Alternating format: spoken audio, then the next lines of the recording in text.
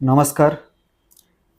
Excellence MPSC Yogesh Shelar या ॲपमध्ये आपल्या सर्वांचं पुन्हा एकदा स्वागत आहे.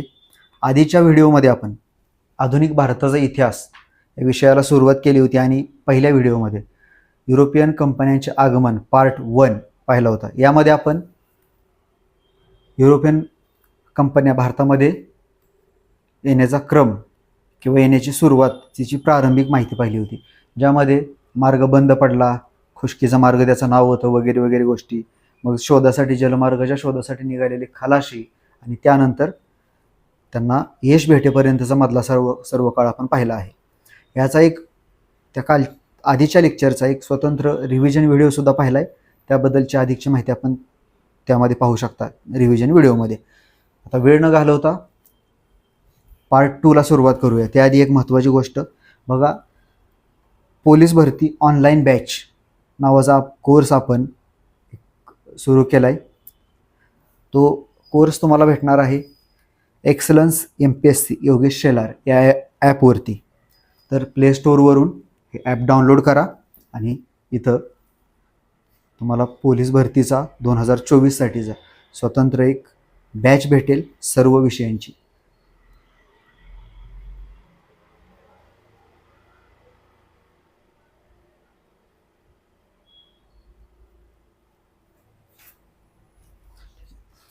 युरोपियन कंपन्यांचं आगमन पार्ट 2 बघूया आपण आता. त्याच्यामध्ये काल तुम्हाला आधीच्या लेक्चरमध्ये तुम्हाला सांगितलं की काय पाहिलं आपण, युरोपियन देश भारतामध्ये येण्याचा त्यांचा जो प्रयत्न होता मार्ग शोधण्याचा, त्याला यश मिळाले. वास्को द गामानं भारताकडे येणारा मार्ग शोधला होता. तर मग हे पोर्तुगीज भारतामध्ये आले 1498मध्ये. परीक्षेच्या दृष्टीनं महत्त्वाचा मुद्दा आहे. भारतामध्ये पोर्तुगीज कधी आले? 1498मध्ये आले. आणि मग त्यावेळेस दिल्लीवर सत्ता होती एका सुलतानाची, त्याचं नाव होतं सिकंदर शाह लोधी. परीक्षेला विचारलं नाही ह्याच्यावर पोलीस भरतीला, तरी इतर सरळ सेवाला विचारले, येणाऱ्या काळामध्ये विचारू शकतात. तर बघा, त्यानंतर पोर्तुगीज आले भारतामध्ये. पोर्तुगीजांनी पुढच्या कालावधीमध्ये मग फक्त एकटे नाहीत येणार ना, त्यांच्याबरोबर इतरही काही म्हणजे व्यापाऱ्यांबरोबर त्यांचा कुटुंब कबिले येईल, एखादी व्यापारी कंपनी स्थापन करतील. तशा प्रकारे मग पोर्तुगीजांनी त्यांची व्यापारी कंपनी स्थापन केली. त्या कंपनीच्या स्थापनेवरून थोडे मतभेद आहेत पुस्तकांमध्ये. काही ठिकाणी रेफरन्स 1502 आढळतो की युरोपियन जे देश आहेत येणारा पोर्तुगीज पहिला पोर्तुगाल, त्याची व्यापारी कंपनीची स्थापना 1502. काही ठिकाणी उल्लेख आढळतो, तर काही ठिकाणी हा उल्लेख आढळतो 1628चा. तर ठीक आहे, आले, त्यांची कंपनी स्थापन झाली आणि मग त्यांनी पुढच्या कालावधीमध्ये भारतामध्ये कालिकत, कोचीन, कन्नौर या ठिकाणी अनेक ठिकाणी आणखीन त्यांच्या वखारी वगैरे स्थापन केल्या. तर पोर्तुगीजांची भारतातील जी पहिली वखार आहे ती कोचीन, केरळमधलं एक शहर आहे कोचीन, त्या कोचीनमध्ये त्यांनी पहिली वखार स्थापन केली. आणि याच ठिकाणी कोचीनमध्येच त्यांनी पुढे स्वतःची एक राजधानीसुद्धा स्थापन केली होती. पोर्तुगीजांची भारतातील पहिली राजधानी होती कोचीन. पुढच्याच वर्षी वखार स्थापन केल्यानंतर पुढच्याच वर्षी म्हणजे 1504-5च्या दरम्यान पोर्तुगीजांनी भारतातल्या त्यांच्या प्रदेशावर नियंत्रण ठेवण्यासाठी, त्या भारतातल्या प्रदेशाचा कारभार पाहण्यासाठी एका व्यक्तीची नियुक्ती केली. त्याला गव्हर्नर किंवा प्रशासक म्हणू शकता तुम्ही. मग अशा प्रकारे त्यांचा पहिला जो गव्हर्नर होता त्याचं नाव आहे, पोर्तुगीजांचा भारतातील पहिला गव्हर्नर, त्या पहिल्या गव्हर्नरचं नाव आहे फ्रान्सिस डी अल्मेडा. काय नाव आहे? फ्रान्सिस डी अल्मेडा हे त्या पोर्तुगीजच्या पहिल्या गव्हर्नरचं नाव होतं, फ्रान्सिस डी अल्मेडा. त्यानंतर पुढं याच्याबद्दल परीक्षेत प्रश्न कसा विचारला जाईल, तर पोर्तुगीजांचा भारतातील पहिला गव्हर्नर कोण होता? त्या पहिल्या गव्हर्नरचं नाव आहे फ्रान्सिस डी अल्मेडा. त्याच्यावर तो कुठल्या पॉलिसीसाठी प्रसिद्ध होता असा एक प्रश्न बनू शकतो. तर ती पॉलिसी आहे ब्ल्यू वॉटर पॉलिसी. ही ब्ल्यू वॉटर पॉलिसी काय असते एक्झॅक्ट, तर पोर्तुगीजांचं जे समुद्राच्या मधल्या बेटांवरती त्यांचं जे वर्चस्व निर्माण झालं होतं आणि आसपास जे छोटे प्रदेश होते कमकुवत सत्ताधीशांचे, त्यांच्यावर नियंत्रण मिळवण्याचं धोरण एक्झॅक्ट म्हणजे ब्ल्यू वॉटर पॉलिसी. तर हा ब्ल्यू वॉटर पॉलिसीसाठी प्रसिद्ध आहे कोण? Francis de Almeida. पोर्तुगीजांचा भारतातील पहिला गव्हर्नर म्हणून याच्यावर प्रश्न बनू शकतो की पोर्तुगीजांचा भारतातील पहिला गव्हर्नर कोण होता, तर फ्रान्सिस डी अल्मिडा. यानंतर पुढचा गव्हर्नर आला Alfonso Albuquerque. Alfonso Albuquerque. Alfonso अल्बुकर्कला भारतातील पोर्तुगीज सत्तेचा संस्थापक म्हटलं जातं. भारतातील पोर्तुगीज सत्तेचा संस्थापक कोण आहे? Alfonso Albuquerque. का म्हटलं जातं त्याला संस्थापक? तर त्यानं या अल्फान्सो अल्बुकर्कनं इसवी सन 1510 मध्ये अल्फान्सो अल्बुकर्कनं इसवी सन 1510 मध्ये भाग जिंकून घेतला होता भारतातला एक. कुठला भाग जिंकून घेतला होता? तर गोवा हा प्रदेश जिंकून घेतला होता. कोणाकडून जिंकून घेतला होता? तर त्यावेळेसचा दक्षिण भारतामधला एक सत्ताधीश, विजापूरचा आदिलशहा म्हटलं जातं ज्याला, तर त्या आदिलशहाकडून हा गोवा जिंकून घेतला होता. आणि हा गोवा जिंकून देण्यामध्ये त्याला भारतातल्याच एका सत्ताधीशानं मदत केली होती. तो सत्ताधीश म्हणजेच विजयनगरचा कृष्णदेवराय. त्या कृष्णदेवरायानं पोर्तुगीजांना मदत केली. कृष्णदेवरायाच्या मदतीनं पोर्तुगीजांनी 1510 मध्ये युसुफ आदिलशहाकडून भारतातून गोवा जिंकून घेतला. मग पुढच्याच कालावधीमध्ये ह्या पोर्तुगीजांच्या भारतात मुंबई असेल, वसई असेल, आसपासचे प्रदेश, छोटे छोटे दीव, दमण या भागांवरती पण सत्ता निर्माण झाली होती. आणि पहिला गव्हर्नर जो आहे, दुसरा गव्हर्नर अल्फान्सो अल्बुकर्क गोवा जिंकला, म्हणून ह्या अल्फान्सो अल्बुकर्कला भारतातील पोर्तुगीज सत्तेचा संस्थापक असं म्हटलं जातं. भारतातील पोर्तुगीज सत्तेचा संस्थापक कोणाला म्हणतात? तर अल्फान्सो अल्बुकर्कला म्हणतात भारतातील पोर्तुगीज सत्तेचा संस्थापक.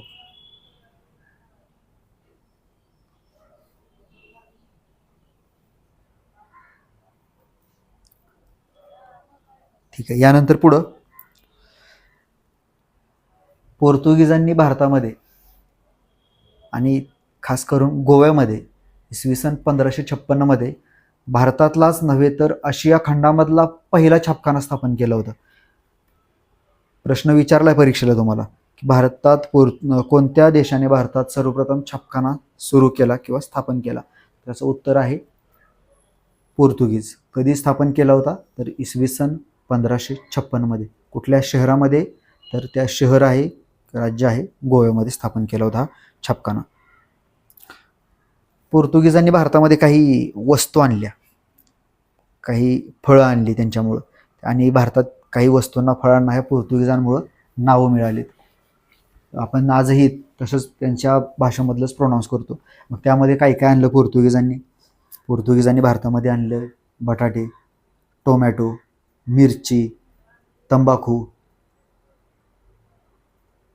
तंबाखूवरून आठवलं, आजकालचं अर्ध जनरेशन तंबाखूमध्ये वाया गेलं आहे. बऱ्यापैकी लोक तंबाखू कुठल्या ना कुठल्या स्वरूपात घेत राहतात. तंबाखू खातात किंवा मग स्मोक करतात. स्मोकिंग वगैरे करत जाऊ नका, स्टॅमिना कमी होतो, 1600 मीटरला प्रॉब्लेम येईल. पुढं त्यानंतर आणखी काय आणलं? तर काही वस्तू, जसे की हे मराठीच्या ह्याच्यामध्ये जाईल, पण असंही आपण बघतोय काही वस्तू वगैरे आणल्या, काही नावं मिळाली म्हणून एक्स्ट्राची माहिती म्हणून सांगतोय की पोर्तुगीजांनी आणखी भारतामध्ये मग काही वस्तू आहेत त्यांच्या, आजही आपण त्यांच्याच नावानं बोलतो, जसं की परात, बादली, बम, इस्त्री.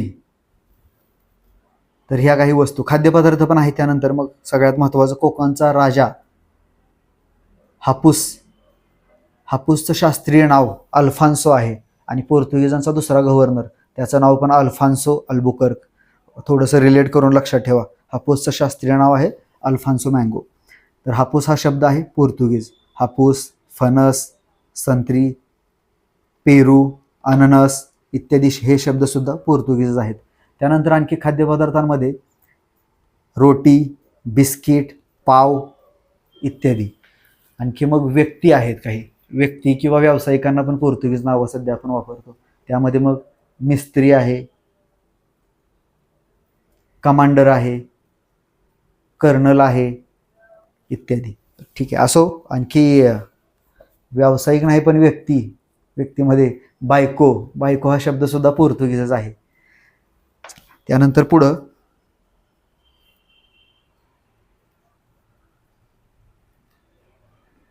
पोर्तुगीजानंतर क्रमानं दुसरे पुढचे आलेले जे आहेत तसं बघायला गेलं तर इंग्रज आले होते, पण फक्त येण्याच्या क्रमामध्ये. पण इथं येऊन कंपनी स्थापन करून पहिली वखार स्थापनेचा जर एकूण क्रम बघितला दोन्हींना रिलेट करून, तर डचांना आधी घ्यावं लागेल. म्हणून डच डच हे काही देशाचं नाव नाही आहे. एक देश आहे हॉलंड आहे, किंवा त्यालाच म्हणतात नेदरलँड. तर त्या नेदरलँडच्या किंवा हॉलंडच्या नागरिकांना डच असं म्हटलं जायचं किंवा म्हटलं जातं आणखीन पण. तर ह्या डचांची कंपनी भारतामध्ये स्थापन झाली होती इसवी सन 1602 मध्ये. आणि त्या डचांची भारतातील जी पहिली वखार आहे, ती पहिली वखार कुठं स्थापन झाली होती, तर पहिली वखार स्थापन झाली होती त्यांची आंध्र प्रदेशातील मछलीपट्टणम या ठिकाणी इसवी सन 1605 मध्ये. इसवी सन 1605 मध्ये मछलीपट्टणमला त्यांची भारतातील पहिली वखार स्थापन झाली होती. डचांबद्दल विशेष असं बघण्यासारखं काय नाहीये. आणखी त्यांची जी कंपनी आहे म्हटलो मी की डच ईस्ट इंडिया कंपनी, तर ही डच ईस्ट इंडिया कंपनी 1602ला स्थापन झाली. त्याच्याबद्दल मागच्या वर्षी परीक्षेला तुम्हाला पोलीस भरतीला, सारखं मी पोलीस भरती असं का म्हणतोय, आपली बॅच भलेही पोलीस भरतीपेक्षा थोडं जास्त आणि कंबाईनपेक्षा थोडंसं कमी देतोय, पण बॅच आहे विशेष करून पोलीस भरतीसाठी, म्हणून पोलीस भरती असा उल्लेख करतोय सारखं. तर मागच्याच वर्षी म्हणजेच 2023-21ची परीक्षा 23ला झाली. त्या वर्षी एक प्रश्न विचारला होता तुम्हाला की भारतातली किंवा जगातली पहिली जॉईंट स्टॉक कंपनी कोणी स्थापन केली होती. पहिली जॉईंट स्टॉक कंपनी कुठल्या देशानं स्थापन केली होती, तर तो देश आहे Dutch. Joint stock company, Dutch east India company, जगातली पहिली जॉईंट स्टॉक कंपनी कुठली आहे, तर डचांची आहे, डच ईस्ट इंडिया कंपनी. त्यानंतर पुढं महत्त्वाचा मुद्दा हे लक्षात ठेवायचा आहे की जगातील पहिली जॉईंट स्टॉक कंपनी, याआधी विचारलं जात नव्हतं. मागच्या वर्षीपासून असं विचारलंय की जगातली पहिली जॉईंट स्टॉक कंपनी कोणत्या देशानं सुरू केली होती, तर ती केली होती डचांनी.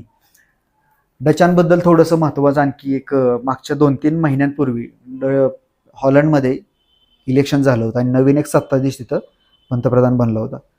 त्याचं असंही करंटला काहीतरी विचारतातच, शेजारचा आपल्या शेजारचा देश किंवा अमेरिकेचं विचारलं जातं, खूप मोठ्या देशांचं. नेदरलँडचं वगैरे आजपर्यंत नाही विचारलं की नवीन सत्ताधीश झाले, सत्तांतर झाल्यानंतर नवीन सत्ताधीश कोण, पंतप्रधान कोण, राष्ट्रपती कोण. पण तो जो झालेला पदावर आलेला नवीन व्यक्ती आहे तिथला सत्ताधीश, तो थोडा चर्चेमध्ये होता जास्त. आणि त्या चर्चेसाठी एक भारतातल्या व्यक्तीचं एक स्टेटमेंट कारणीभूत होतं.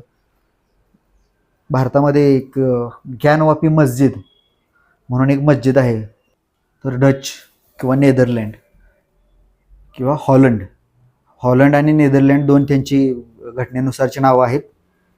डच त्यांच्या नागरिकांना म्हटलं जातं. तर मी हे सांगत होतो की ज्ञानवापी मस्जिदचा सर्वे वगैरे चालू होता, तिथं चालू करायचं होतं.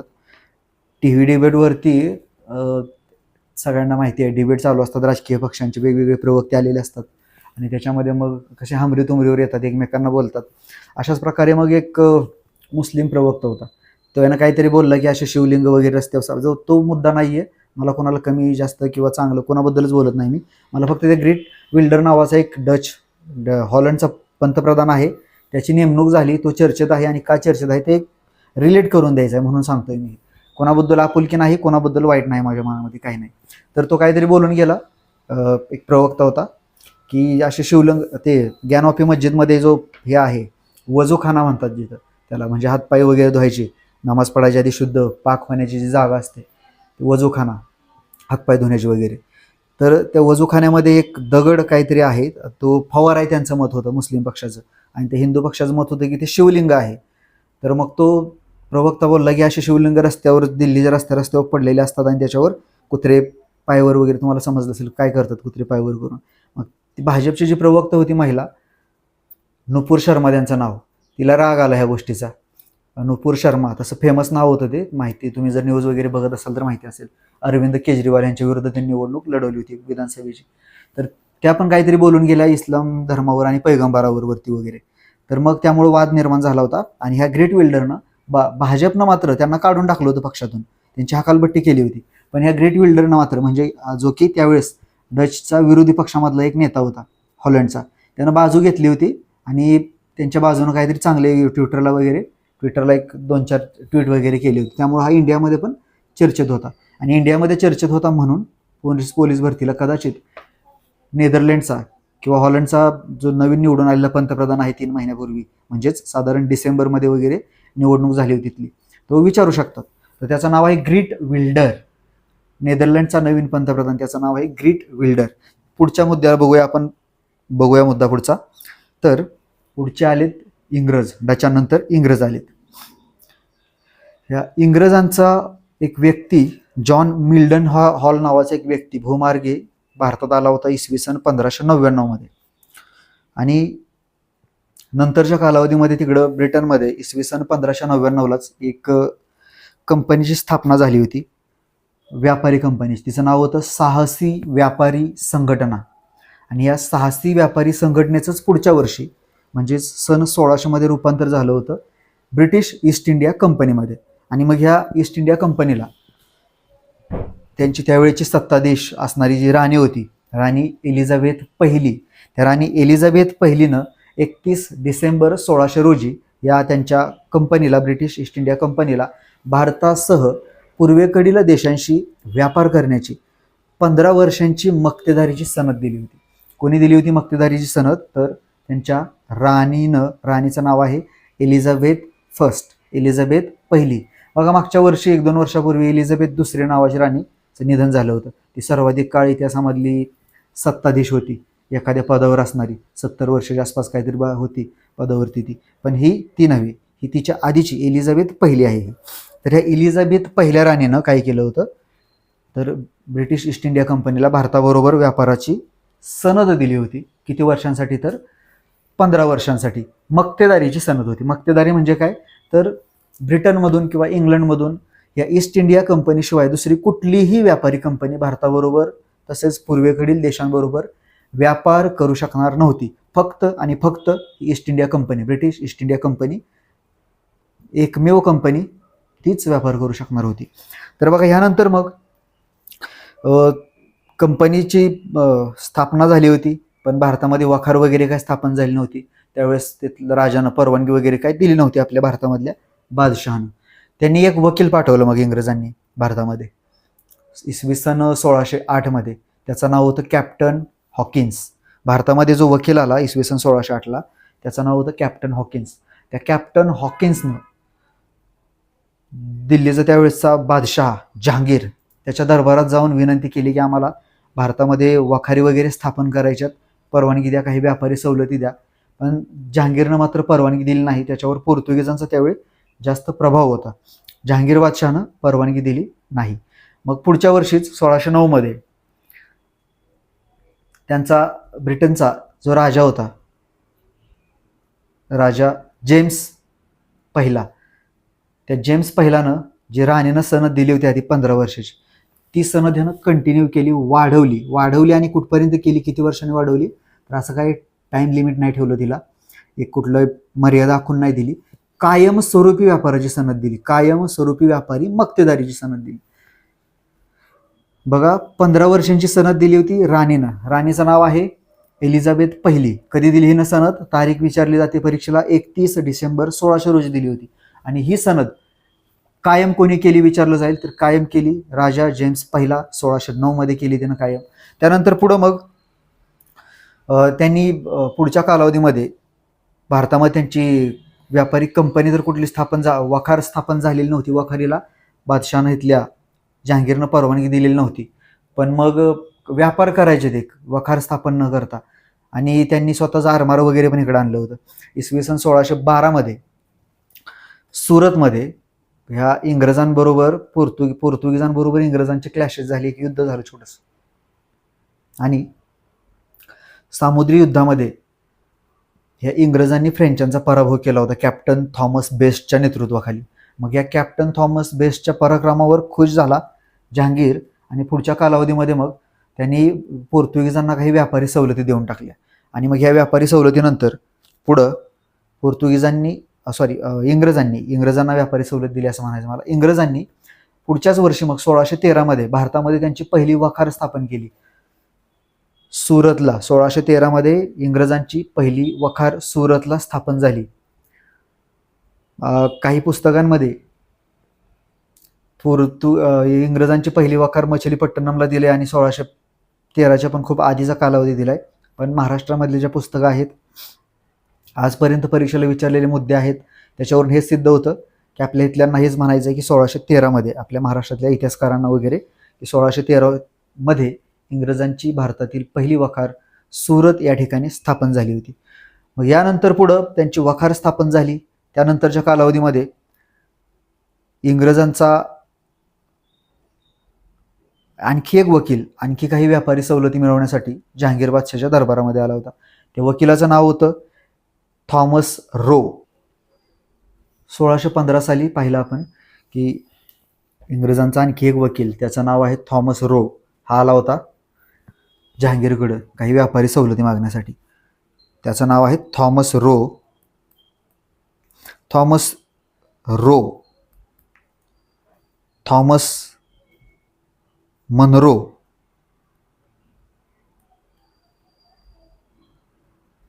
आणि मेजर मनरो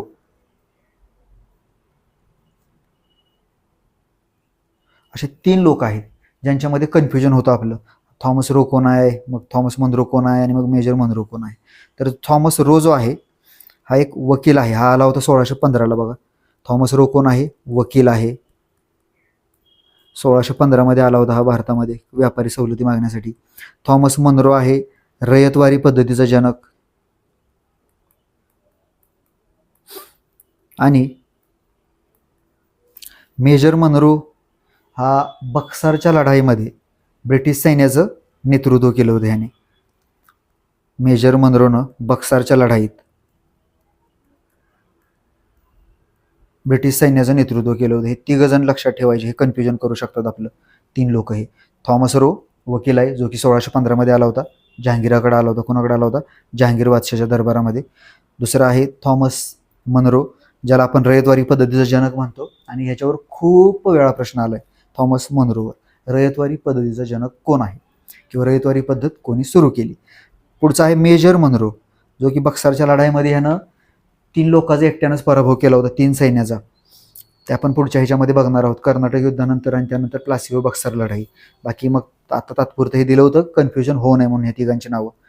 पुढं ह्याच्यानंतर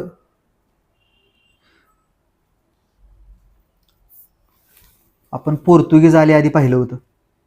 ते पोर्तुगीजांनी मुंबईपर्यंतचा प्रदेश जिंकला होता पुढच्या कालावधीमध्ये. वसई, दीव, दमण आणि मुंबई. पूर्वी मुंबई 7 बेटांमध्ये विभागलेला होता. त्या 7 बेटांना एका व्यक्तीनं एकत्र केलं होतं. त्याआधी यांनी हे प्रदेश जिंकल्यानंतर 1661च्या दरम्यान, इसवी सन 1661च्या दरम्यान एक पोर्तुगीज राजकन्या होती. तिचं नाव होतं Catherine of Braganza. Catherine of Braganza. त्या कॅथरीन ऑफ ब्लॅगन्झाचा इथे लिहिलंय बघा, हे कॅथरीन ऑफ ब्लॅगन्झा. तिचं लग्न झालं होतं एका इंग्रजांच्या राजकुमाराबरोबर, राजपुत्राबरोबर. त्याचं नाव होतं चार्ल्स दुसरा. कोणाबरोबर लग्न झालं तर चार्ल्स दुसरा. आणि मग ह्या लग्नाच्या वेळी, विवाहाच्या वेळी आपल्यामध्ये जसं भारतामध्ये प्रथा आहे, मुलीला तिच्या घरचे आंदण देतात, काहीतरी लग्नामध्ये लिहिलेलं असतं, कपाट वगैरे काहीतरी दिलेलं, बेड दिलेलं, त्याच्यावर अमुक अमुक सौ अमुक अमुक ही आंदण.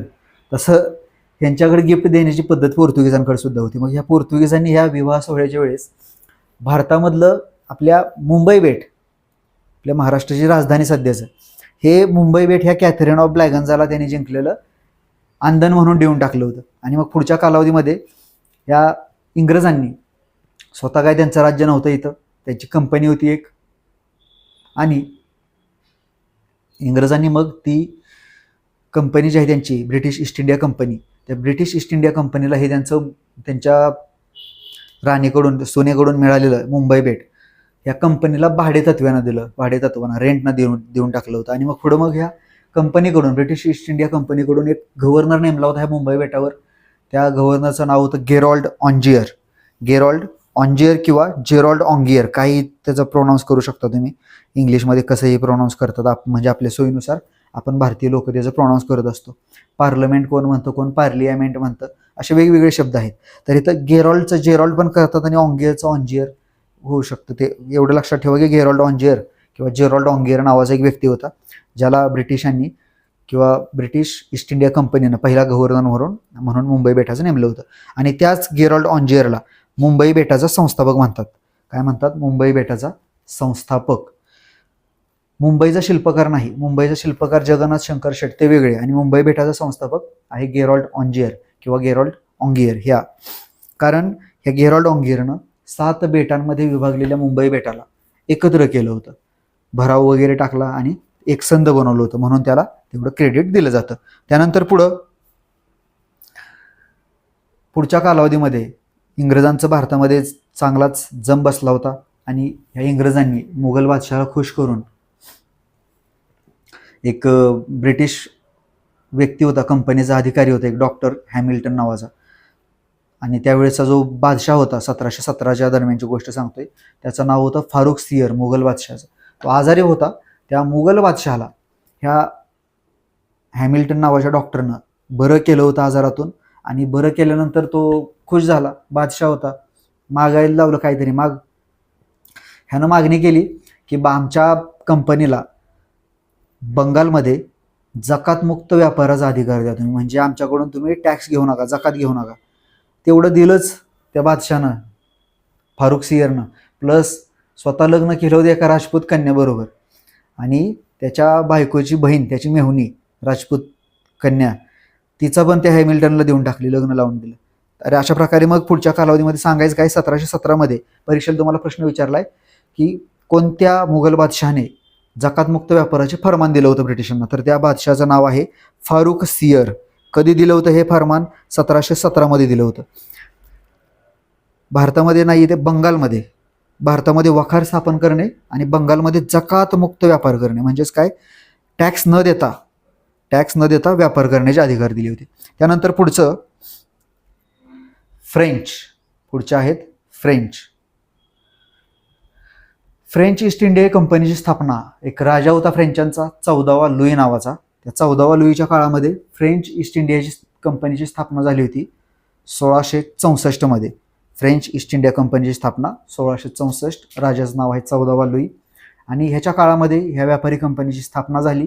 पुढं मग फ्रेंचांनी भारतात त्यांचा पहिला गव्हर्नर म्हणून केरॉन नावाच्या व्यक्तीला नेमलं होतं. केरॉन, नोट्समध्ये नसेल, ही लिहून पाहिजे असेल माहिती तर लिहून घेऊ शकता.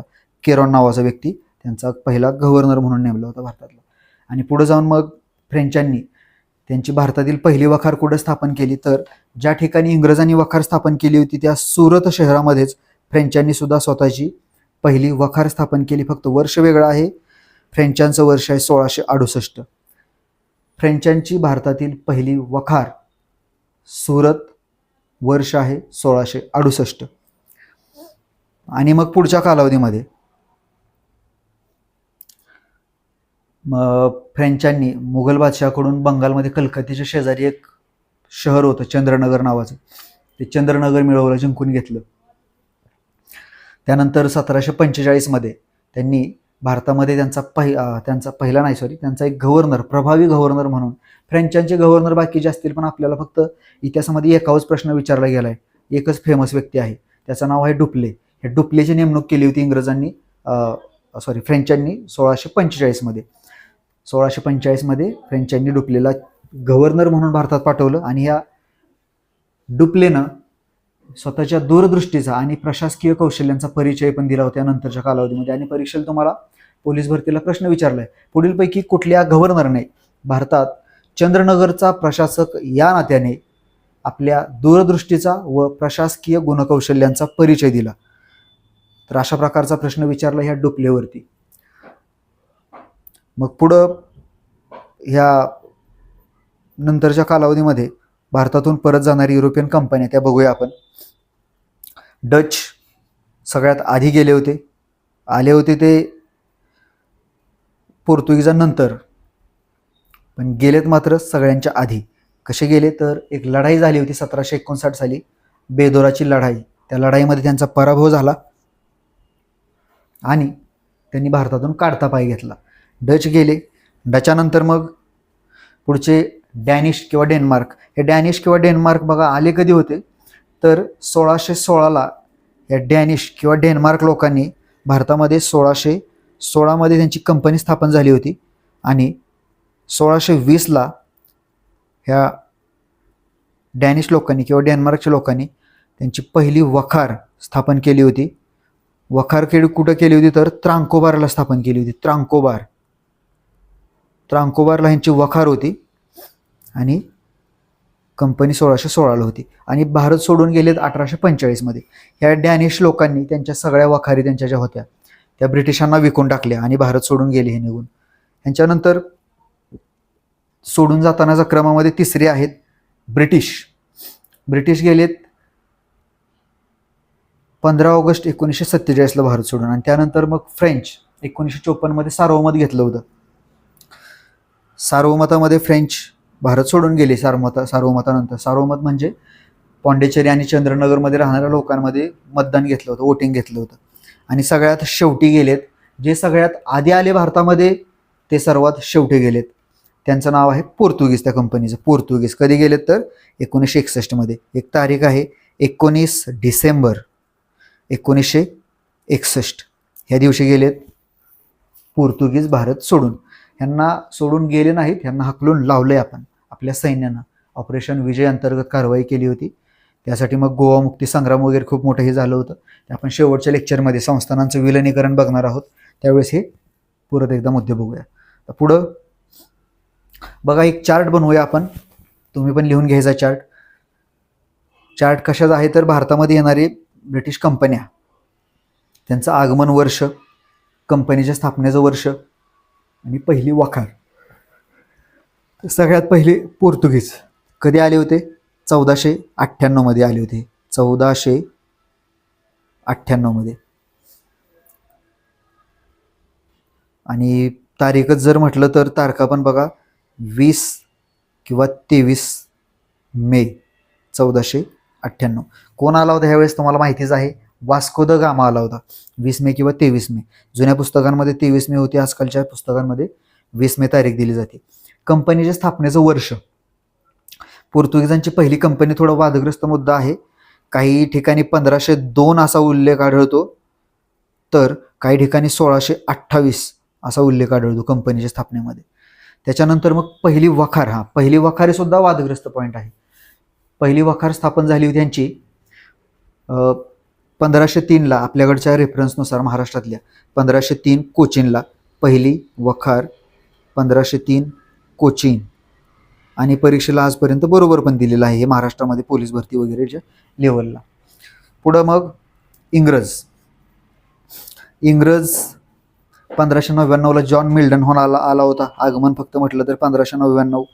त्यांची कंपनी म्हटलं तर सन 1600मध्ये त्यांची कंपनी स्थापन झाली होती. आणि पहिली वखार जी आहे ती पहिली वखार इंग्रजांची आहे 1613मध्ये आहे. याचं ठिकाण जे आहे ते आहे सुरत. पुढचं 1613मध्ये ह्या इंग्रजांची वखार आपण पाहिले कुठं तर सुरत या ठिकाणी. पुढचं इंग्रजांनंतरचे आहेत डचांचं नाव तुम्हाला सांगितलंय मी, हॉलंड आणि नेदरलँड. हॉलंड आहे किंवा नेदरलँड पण आहे. नेदरलँडचा तुम्हाला पंतप्रधान मागाशी सांगितलं मी. काय नाव होतं नेदरलँडच्या पंतप्रधानाचं? ग्रीट विल्डर नवीन पंतप्रधान झालेला आहे. पुढचं त्यांचं आगमनाचं जे वर्ष आहे, आगमन ह्यांचं 1602मध्ये पकडा. त्यांची कंपनी जी आहे ती पण 1602ला स्थापन झाली. आणि त्यांची डचांची भारतातील पहिली वखार सन 1605मध्ये स्थापन झाली एका शहरामध्ये. त्या शहराचं नाव आहे मछलीपट्टणम किंवा मसुलीपट्टणम. मछलीपट्टणम किंवा मसुलीपट्टणम. हे मछली किंवा मसुलीपट्टणम आहे आंध्र प्रदेशमध्ये. त्यांच्यानंतर डेन्मार्क किंवा डॅनिश म्हणतो आपण त्यांना, डॅनिश लोक. यांचं आगमन म्हणजेच कंपनी 1616मध्ये यांची कंपनी आहे स्थापन झालेली. आणि 1620मध्ये यांची पहिली वखार आहे. पहिली वखार स्थापन झाली यांची त्रांकोबार.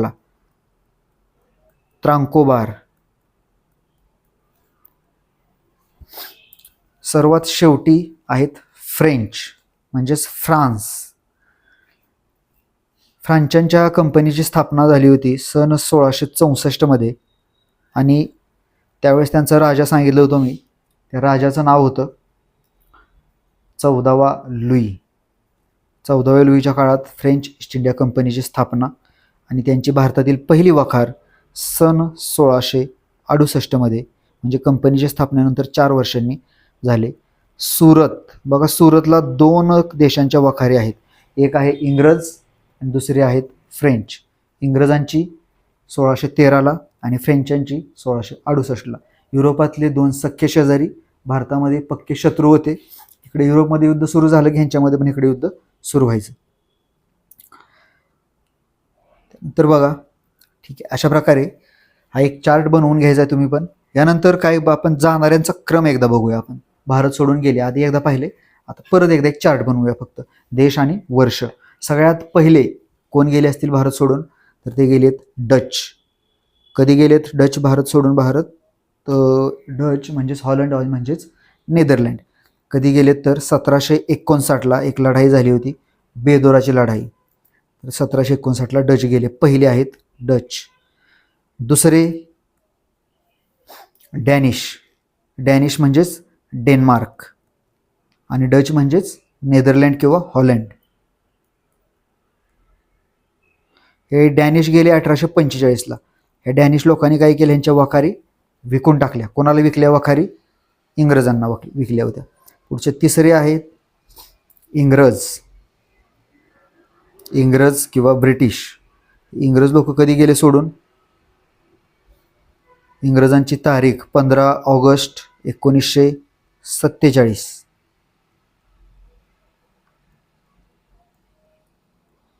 दुसऱ्या महायुद्धानंतर सोडून गेले. पुढचे फ्रेंच. फ्रेंच सोडून गेलेत 1954 मध्ये सार्वमत घेतल्यानंतर. हे डिटेलमध्ये आपल्याला बघायचं आहे फ्रेंचांचं राज्य कुठं कुठं होतं, इंग्रज फ्रेंचांचा संघर्ष कसा झाला पुढच्या लेक्चरमध्ये. सध्या हे फ्रेंच सोडून गेले, एवढं बघूया. पुढचं त्यानंतर शेवटचे जे आहेत, सर्वात आधी आलेले पोर्तुगीज, ते सर्वात शेवटी देश सोडून गेलेत आपला पोर्तुगीज. कधी गेलेत सोडून हे पोर्तुगीज? आत्ताच आपण पाहिलं होतं चार्ट बनवण्याच्या आधी. पोर्तुगीज गेलेत सोडून 1961 मध्ये, 19 डिसेंबर 1961. तर अशा प्रकारे हा भारत सोडून जाण्याचा ह्या लोकांचा क्रम आहे. आणि पोर्तुगीजांमध्ये 2 गव्हर्नर पहिले पाहिले होते. एकाचं नाव होतं फ्रान्सिस डी अल्मिडा आणि दुसऱ्याचं नाव होतं अल्फान्सो अल्बुकर्क. आता तिसरा गव्हर्नर पाहूया आपण, ज्याच्यावर कधी परीक्षेत प्रश्न नाही आला ह्या अल्फान्सो बुकर्कवर आणि डी अल्मिडावर विचारलाय. निनो द कुन्हा आणखी एक गव्हर्नर आहे, त्याच्यावर प्रश्न विचारलेला नाही पण विचारू शकतात कदाचित पुढे जाऊन. तर निनो द कुन्हा नावाचा गव्हर्नर आहे. हा निनो द कुन्हा ह्याच्या काळामध्ये पोर्तुगीजांची राजधानी भारतात सुरुवातीला कोचीन होती, ती कोचीनहून शिफ्ट झाली. आणि कुठं शिफ्ट झाली तर कोचीनहून यांची राजधानी शिफ्ट झाली गोव्याला. कोणाच्या काळामध्ये? ह्या निनो द कुन्हा ह्या व्यक्तीच्या काळामध्ये पोर्तुगीजांची भारतातील राजधानी कोचीनहून गोव्याला 1530 मध्ये शिफ्ट झाली होती. त्यानंतर पुढचा एक पोर्तुगीजांचा गव्हर्नर आहे. त्या पोर्तुगीज गव्हर्नरचं नाव आहे Martin Alfonso de Sousa. Martin Alfonso de Sousa. तर या मार्टिन अल्फान्सो डिसुझाला त्याच्या बरोबर ह्या डिसुझानं भारतात येताना एका व्यक्तीला घेऊन आला होता, एका धर्मप्रसारकाला घेऊन आला होता. त्याचं नाव होतं फ्रान्सिस झेवियर, त्या धर्मप्रसारकाचं.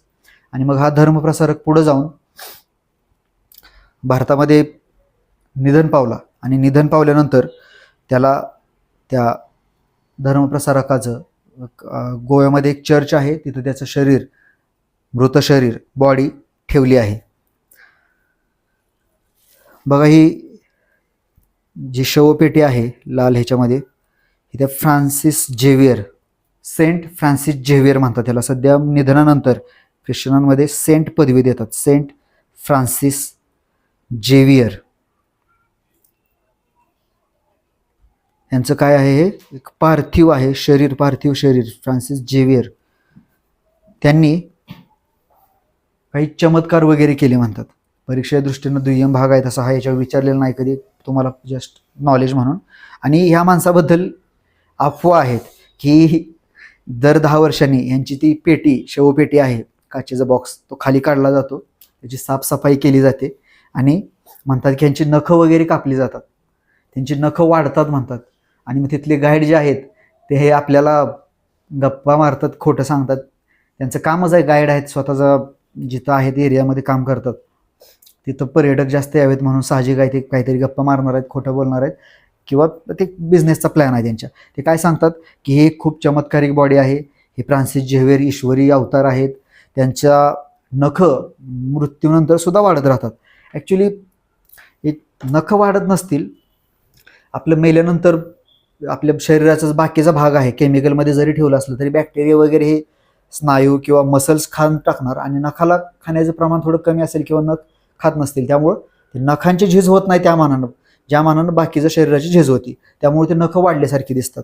तर अशा प्रकारचं हे सेंट फ्रान्सिस झेवियर यांच्याबद्दलचा भाग. तर यानंतर पुढं बघा, एकदा आपण फास्ट आज जे पाहिलंय सगळं ते एकदा आपण रिवाइज करूया.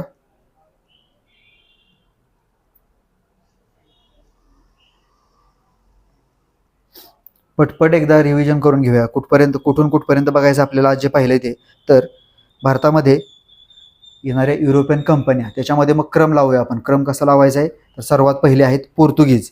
पोर्तुगीज भारतामध्ये कधी आले, तर पोर्तुगीज आलेत भारतामध्ये 20 मे किंवा 23 मे 1498ला. कुठं आले होते, तर पोर्तुगीज आले होते भारतातील केरळ राज्यामधलं एक ठिकाण होतं कोचीन, ह्या ठिकाणी आले होते. कोण आला होता, वास्को द गामा आला होता. पुढं पोर्तुगीजांनी भारतातील त्यांची पहिली वखार कुठं स्थापन केली होती, कोचीनला केली होती पहिली वखार. पुढचं मग त्यांचा पहिला गव्हर्नरचं नाव होतं फ्रान्सिस डी अल्मिडा, हा त्यांचा पहिला गव्हर्नर होता. तो कशासाठी प्रसिद्ध होता, तर ब्ल्यू वॉटर पॉलिसीसाठी प्रसिद्ध होता. आणि याच पॉलिसीमुळे पुढं पोर्तुगीजांनी भारतामध्ये समुद्रावरती स्वतःचं वर्चस्व निर्माण केलं होतं. त्यानंतर पुढचे आहेत, दुसरा गव्हर्नर आहे 1509 मध्ये वगैरे आलेला, त्याचं नाव आहे अल्फान्सो अल्बुकर्क. ह्या अल्फान्सो अल्बुकर्कनं 1510 मध्ये भारतामध्ये एक प्रदेश जिंकून घेतला होता, गोवा जिंकून घेतला होता. आणि म्हणून ह्या अल्फान्सो अल्बुकर्कला काय म्हणतात, भारतातील पोर्तुगीज सत्तेचा संस्थापक म्हणतात. पुढील कालावधीमध्ये मग वसई, मुंबई, ठाणे इत्यादीवर कब्जा पण मिळवला. आणि पुढच्या कालावधीमध्ये पोर्तुगालच्या लोकांनी गोव्यामध्येच ख्रिस्ती धर्माचा प्रसार करण्यासाठी बायबलची प्रिंट तयार करण्यासाठी छापखाना स्थापन केला होता 1556 मध्ये. आशिया खंडातला पहिला छापखाना कोणी सुरू केला, तर पोर्तुगीजांनी सुरू केला. त्यांनी भारतामध्ये काय काय आणलं, तर तंबाखू आहे, बटाटा आहे, टोमॅटो आहे, इत्यादी गोष्टी भारतामध्ये आणल्या. सगळ्यात शेवटी हे पोर्तुगीज लोक भारत सोडून गेलेत. आणि 2 गव्हर्नर इथंच द्यायला पाहिजे होते, पण पीटीमध्ये मिसमॅच झालं, थोडंसं शेवटी गेलेत हे 2 गव्हर्नर. ह्यांच्यानंतर मार्टिन अल्फान्सो डिसूजा, ज्याच्याबरोबर सेंट फ्रान्सिस झेवियर भारतामध्ये आले. आपण ह्या रिवाइज करायच्या आधीचा मुद्दा पाहिला होता, त्यांचं चित्र दाखवलं होतं ते. आणि त्याच्या आधी 1530 मध्ये निनो द कुन्हा नावाच्या गव्हर्नरनं त्यांची भारतातली राजधानी कोचीनहून गोव्याला शिफ्ट केली होती. त्यानंतर पुढं डच, हॉलंड किंवा नेदरलँड. या हॉलंड किंवा नेदरलँडच्या नागरिकांना डच म्हटलं जातं. जसं इंडियाच्या नागरिकांना इंडियन म्हटलं जातं, तसं त्यांना डच म्हटलं जातं. तर डच ईस्ट इंडिया कंपनीची स्थापना इसवी सन 1602 मध्ये झाली. आणि त्यांची भारतातील पहिली वखार जी आहे ती, डचांची भारतातील पहिली वखार 1605 मध्ये मछलीपट्टणम या ठिकाणी स्थापन झाली, सन 1605 मध्ये मछलीपट्टणमला. आणि डच भारत सोडून कधी गेलेत विचारलं तर ते आहे बेदोराची लढाई मध्ये ब्रिटिशांनी डचांचा पराभव केला 1759 मध्ये, आणि डच भारत सोडून निघून गेले. ह्यांच्यानंतर इंग्रजमध्ये बघा, जॉन मिल्डन हॉल नावाचा एक व्यक्ती, जॉन मिल्डन हॉल 1599 मध्ये भूमार्गाने भारतात आला होता. पाहिलं आपण 1599 मध्येच तिकडे साहसी व्यापारी संघटना, ही एक व्यापारी गटाने एक संघटना स्थापन केली होती, साहसी व्यापारी संघटना. आणि पुढं मग सन 1600 मध्ये ह्या साहसी व्यापारी संघटनेचं रूपांतर झालं होतं ईस्ट इंडिया कंपनीमध्ये. आणि पुढे ह्या ईस्ट इंडिया कंपनीलाच 31 डिसेंबर 1600 रोजी, तारीख महत्त्वाची आहे, काय तारीख आहे तर 31 डिसेंबर 1600, 31 डिसेंबर 1600 रोजी ब्रिटनची राणी एलिझाबेथ पहिली ह्या राणीनं ईस्ट इंडिया कंपनीला भारतासह पूर्वेकडील देशांशी व्यापार करण्यासाठी किती वर्षांची सनद दिली होती तर 15 वर्षांची सनद दिली होती. व्यापारी मक्तेदारीची सनद होती ही, मक्तेदारीची सनद. मक्ता होता, मक्ता म्हणजेच काय, विशेष अधिकार. फक्त ही कंपनीच म्हणजेच ब्रिटिश ईस्ट इंडिया कंपनीच इंग्लंडच्या वतीनं भारताबरोबर व्यापार करेल असा याचा अर्थ होतो या मक्त्याचा, मक्तेदारी. यानंतर पुढं 1608 साली कॅप्टन हॉकिन्स ला इंग्रजांनी भारतामध्ये वकील म्हणून पाठवलं होतं. 1608 मध्ये कोणाला पाठवलं होतं तर ह्या कोणाला, इंग्रजांचा भारतातला पहिला वकील होता कॅप्टन हॉकिन्स. त्या कॅप्टन हॉकिन्सला पाठवलं होतं कशासाठी तर भारताबरोबर व्यापारी करण्यासाठी. भारताचा जो मुघल बादशाह आहे जहांगीर, त्याच्याकडून काही व्यापारी सवलती मिळवण्यासाठी पाठवलं होतं. त्याला व्यापारी सवलती काही मिळाल्या नाहीत. का मिळाल्या नाहीत तर त्यावेळेसच्या जहांगीर बादशाहनं नकार दिला या हॉकिन्सला. कॅप्टन हॉकिन्स परत गेला आणि मग 1609 मध्ये इंग्रजांचा एक राजा होता जेम्स पहिला नावाचा. या जेम्स पहिलानं काय केलं, ईस्ट इंडिया कंपनीला भारताबरोबर कायमस्वरूपी व्यापाराची सनद दिली. तुम्हीच परमनंट 15 वर्षानंतर सनद रिन्यू करायची गरज नाही असा त्याचा अर्थ होतो. कायमस्वरूपी तुम्हीच व्यापार करू शकता. ह्याच्यानंतर पुढं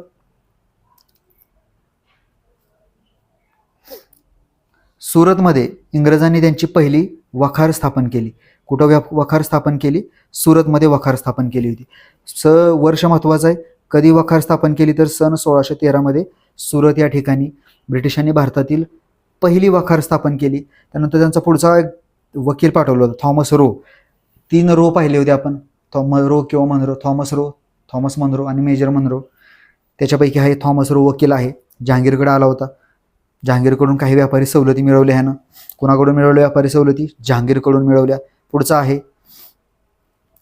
मुद्दा, इंग्लंडचा जो राजा होता पुढच्या कालावधीमध्ये चार्ल्स दुसरा नावाचा, ह्या चार्ल्स दुसऱ्याचं लग्न झालं. वयात आला, लग्न होणारच.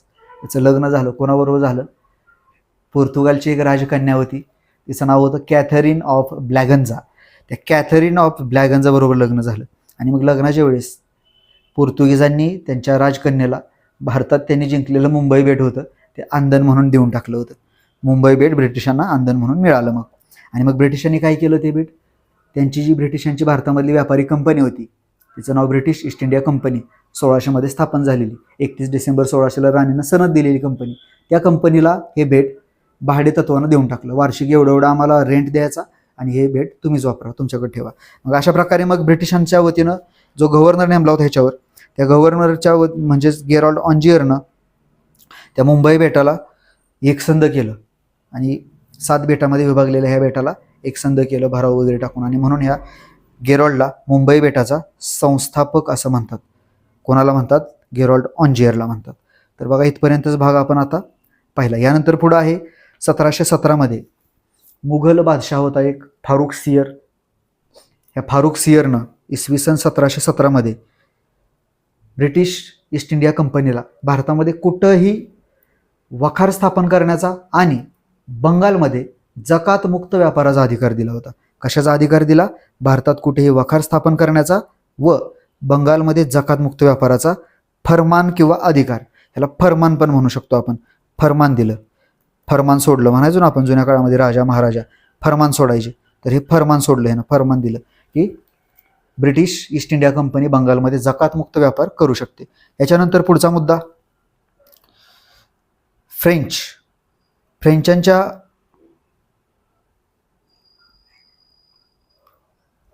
ह्याच्यामध्ये एक राजा होता 14वा लुई. त्या 14वा लुईनं 1664 मध्ये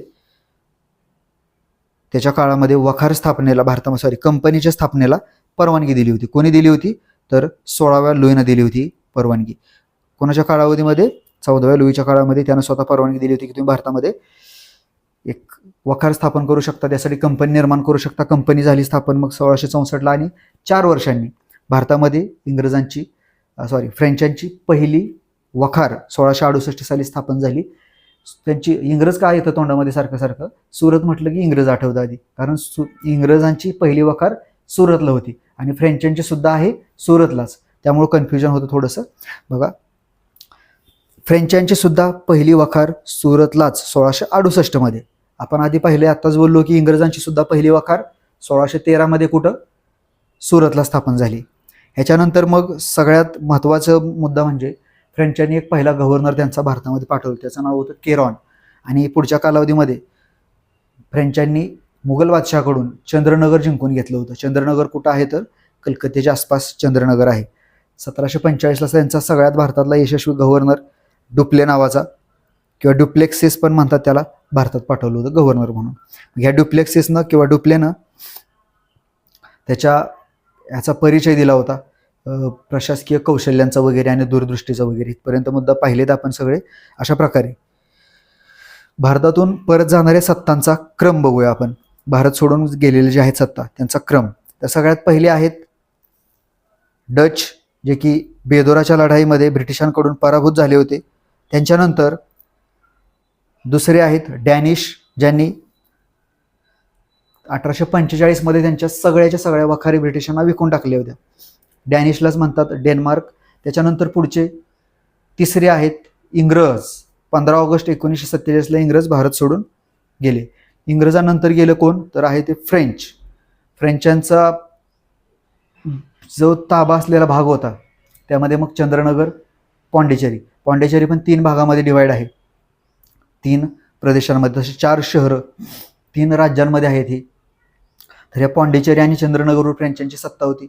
या ठिकाणी भारत सरकारनं सार्वमत घेतलं आणि इथल्या लोकांनी भारताच्या एरियामध्ये, भारतामध्ये राहण्याच्या बाजूने मतदान केलं. अशा प्रकारे मग फ्रेंच पण भारत सोडून गेले.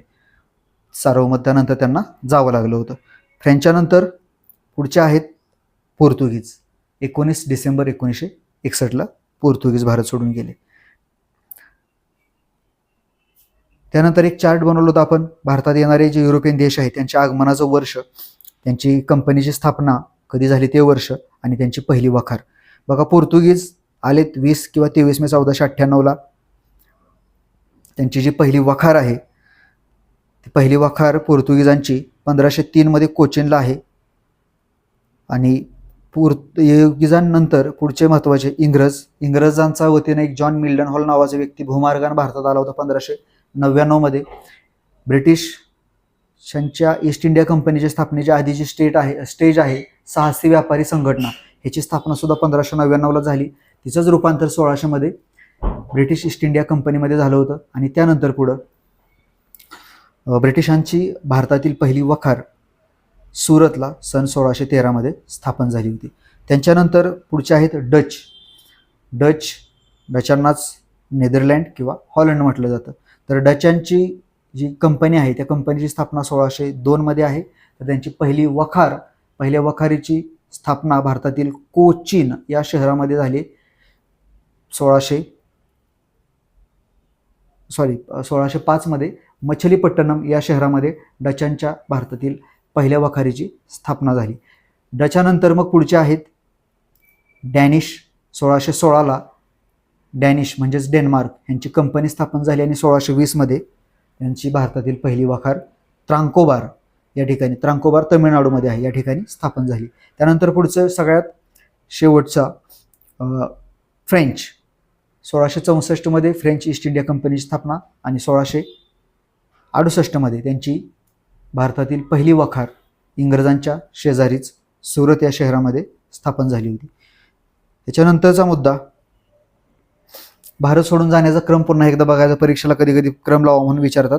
तर सगळ्यात पहिले डच 1759 बेदोराची लढाई झाली. दुसरे डेन्मार्क 1845 यांनी वखारी विकून टाकल्या. तिसरे इंग्रज 15 ऑगस्ट 1947 त्यांना जावं लागलं देश सोडून. चले आंदोलन, दुसरं महायुद्धाचा परिणाम. त्यानंतर पुढचे फ्रेंच 1954. आत्ताच सांगितलं होतं की सार्वमत घेतलं होतं या ठिकाणी. आणि सगळ्यात शेवटी पोर्तुगीज यांना युद्ध करून आपण हाकलून लावलंय. तर अशा प्रकारे ठीक आहे, या लेक्चरमध्ये एवढंच थांबूया आपण. यानंतरचा पुढील भाग पुढच्या लेक्चरमध्ये.